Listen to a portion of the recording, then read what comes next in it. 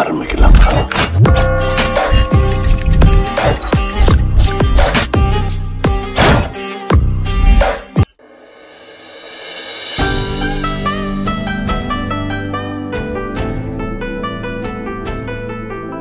Hi மக்களே, இன்னைக்கு வந்து நான் என்ன சமையல் பண்றேன்னா மொச்சக்காய் பிதுக்குப்பார் பண்ணியிருக்கிறேன். இதில் மட்டன் குழம்பு மாதிரி செய்யலான் இருக்கிறேன். வெறும் மொச்சக்காய் மட்டும் வச்சு அதுக்கு செட்டிநாடு மாதிரி எல்லாம் ஃப்ரை பண்ணிட்டு வதக்கிட்டு அரைக்க போறேன். ஃபர்ஸ்ட் வந்து நான் ஸ்டவ் பற்ற வச்சுறேன். இப்போ எண்ணெய், வெங்காய தக்காளி வதங்குற அளவுக்கு. இப்போ நம்ம சொல்ற அளவு வந்து ஒரு 2 பேர் இருக்கலாம், நம்மள மாதிரி ஒரு 3 பேர் 4 பேர் இருக்கலாம், பெரிய ஃபேமிலி இருக்கலாம். அவங்கவுங்க வசதி எண்ணெய் ஊற்றி எவ்வளோ தக்காளி எவ்வளோ வெங்காயம் போடுறாலும் அது மாதிரி எண்ணெய் அவங்கவுங்க ஆப்ஷன். அது ஃபர்ஸ்ட் வெங்காயம். நான் கரம் மசாலா வந்து வறுத்து அரைச்சி வச்சுக்கிறேன், அதனால அது இதில் போடல.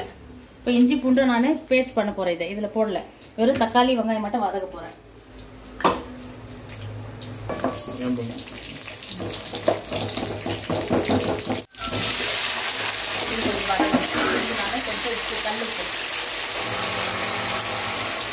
தக்காளிக்கு தேவையான கல்லுப்பு,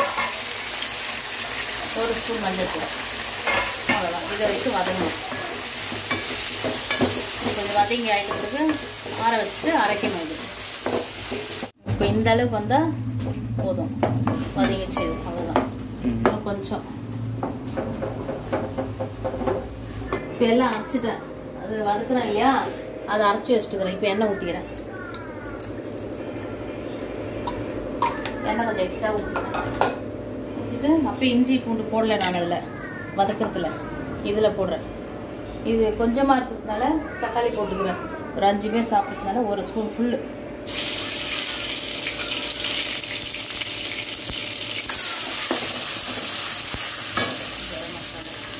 கரம் மசாலா இதில் 1 ஸ்பூனு. அவ்வளோதான். இந்த முறை அரைச்சி இது ரொம்ப நல்லா இருந்தது.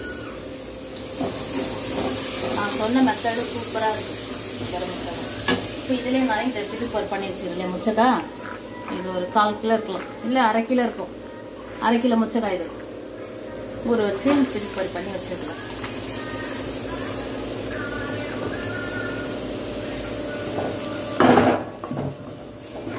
மஞ்சள் தூள்லாம் இதிலே போட்டேன். இப்போ இது கொஞ்சம் வதங்கணும், இது ஊற்றிட வேண்டியதுதான்.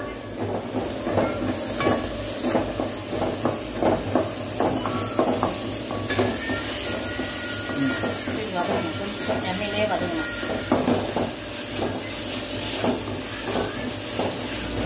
வதங்கணும். கொஞ்சம் காரம் வேணும் மாதிரி, இது கொஞ்சம் எக்ஸ்ட்ரா போடணும். அது இது பிடிக்கிறது கம்மியாக இருந்தால் கூட கொஞ்சம் நான் எல்லாருக்கும் வேணுமானதுக்காக நான் தக்காளியெல்லாம் அரைச்சி குழம்பு செய்கிறேன். இது ஒரு 6 பேர் சாப்பிட்றது குழம்பு.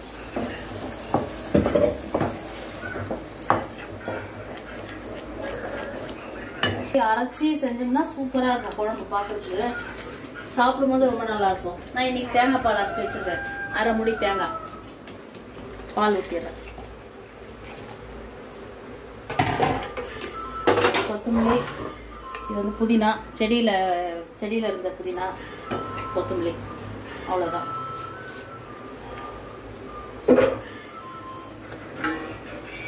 இவ்வளோதான் தண்ணி, ரொம்ப இருக்கக்கூடாது. இவ்வளோதான், இவ்வளோ திக்கு இருக்கணும். கொஞ்சம் கொதிச்சா போதும். ஏன்னா காய் எதுவும் போடல, நான் உருளைக்கிழங்கு போடல, வெறும் இதை மட்டும் விட்டுட்டேன். வெறும் மொச்சக்காய் பிதுக்குப்பார் மட்டும் ஒரு கிரேவி மாதிரி. இப்போ இதுக்கு நான் வந்து கீ ரைஸ் தாளிக்க போகிறேன். கீ ரைஸ்க்கு தொட்டு ஊற்றுங்க. அவ்வளோதான், சூப்பர். இப்போ இது டேஸ்ட்டு உப்பு இருக்குதா பார்த்துட்டு உப்பு போடும். இது கொஞ்சம் குழம்புக்கு தகுந்த. அவ்வளோதான், முடிஞ்சது. இப்போ இது கொதிக்கணும். 1/4 ஹவர் கொதிச்சா சரியாக போதும். இது கொஞ்சோன்னு கீ ரைஸ் தாளிச்சு.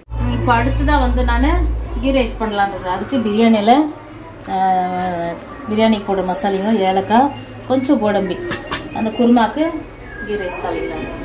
நான் எண்ணெய் ஊற்றிக்கிறேன். எண்ணெய் அவ்வளோ வேண்டாம்.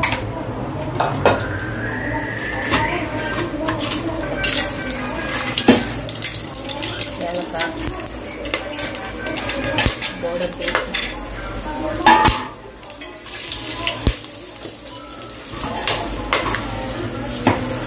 இஞ்சி பூண்டு.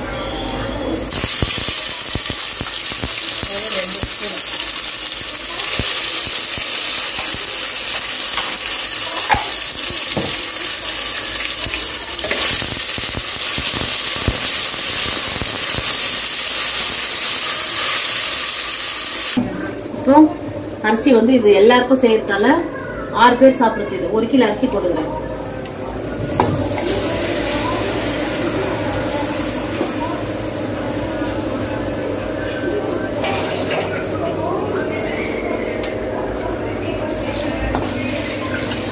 இதுல இன்னொன்று பிடிக்கும். அரிசி போட்டாச்சு. தண்ணி இவ்வளோ.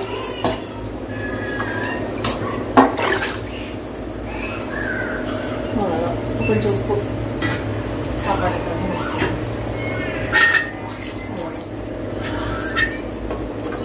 இது கொதிக்கணும்.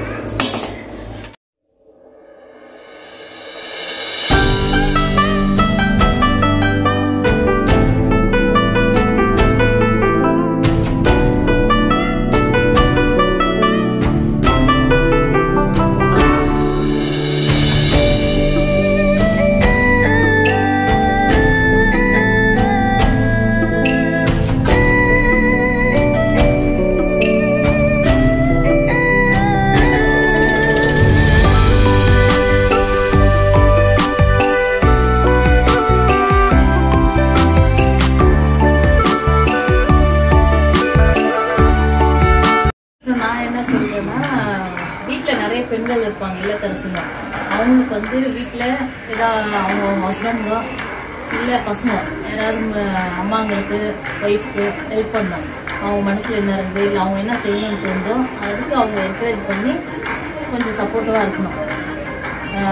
இன்னொன்று வீட்டில் எப்போ பாரு அவங்கள ஆட் பண்ணுறது ஒரு மாதிரி பேசுறது அப்படிலாம் இருக்கக்கூடாது. ஏதாவது அவங்களுக்கு உதவியாக இருக்கணும். உங்களுக்கு எப்படி அவங்க உதவியாக இருக்கணும், நீங்கள் அவங்களுக்கு உதவியாக இருக்கணும். ஒருத்தர் உதவியாக இருந்து அப்போ தான் வந்து குடும்பம் முன்னேறும். வீட்டில் பிரச்சனை இருக்காது. ஒரு இதுவாக போவோம் அவங்களுக்கு. நீங்கள் வேலைக்கு போகிறது இவங்க வீட்டில் நான் எல்லாரையும் சொல்ல வரல, எல்லார் வீட்லேயும் சொல்ல வரல. ஒரு சில வீட்டில் இருக்கிறவங்கள நான் சொல்கிறேன். நான் தப்பாக எடுத்துக்காதீங்க. அவங்களுக்கு இந்த மாதிரி ஹெல்ப் பண்ணுங்க கொஞ்சம் தயவுசெய்து. வீட்டில் இருக்கிற ஆண்கள் ஹஸ்பண்டாக இருக்கட்டும் பசங்க யாராவது அம்மாங்களுக்கு இல்லை ஒய்ஃப்க்கு நீங்கள் ஹெல்ப் பண்ணுங்க தயவுசெய்து. அந்த மாதிரி பண்ணிங்கன்னா வெளியில் அவங்களோட டேலண்ட் எடுத்துட்டு அவங்க வெளியில் வருவாங்க. இன்னொன்று பெண்கள் இல்லத்தரசி ஹோம் மேக்கர் சொல்லிட்டு என்னன்னாக்கா இப்போ அவங்களுக்கும் என்ன ஆகுது வீட்டிலே இருக்கிறதுனால மைண்ட் வந்து ஒரு மாதிரி ஸ்ட்ரெஸ்ஸாக போயிடுவாங்க. அவங்க வீட்டு வேலையே செஞ்சுன்னு இதாகிடுவாங்க. அவங்களுக்கும் கொஞ்சம் ரிலீஃப் கிடைக்கணும். அதுக்கும் கொஞ்சம் இது யூஸ் ஆகுது. இன்னொன்று வந்து இப்போது டைலரிங் தெரியுது. ஒரு ஃப்ரெண்டுங்களுக்குள்ளே ஒரு 4-5 பேர் இருக்கிறீங்களா, ஒரு பெரிய கடை சாய்ஸ் பண்ணிக்கோங்க. பண்ணிவிட்டு அதில் எல்லாருமே ஒரு 4 பேர் 5 பேர் சேர்ந்து இன்வெஸ்ட்மெண்ட் பண்ணிவிட்டு நீங்கள் டைலரிங்கில் நிறைய ஆர்டர் பிடிச்சி இந்த மாதிரி தச்சிங்க கொடுத்தீங்கன்னாக்கா இன்னும் நிறைய லாபம் சம்பாதிக்கலாம். நிறைய நல்லா அது ஒரு பிஸ்னஸ். அது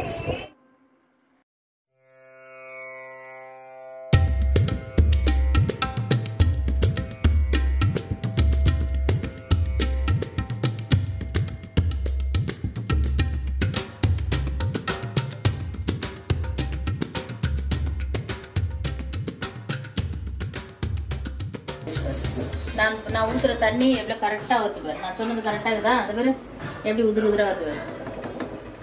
எந்தவோ குழையில கரெக்டாக இருக்குது.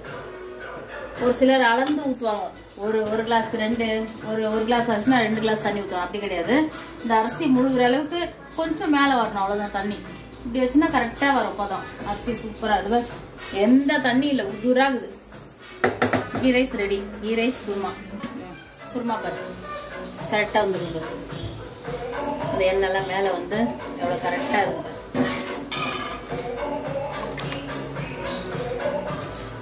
இந்த வீடியோ உங்களுக்கு பிடிக்கும்னு நினைக்கிறேன்.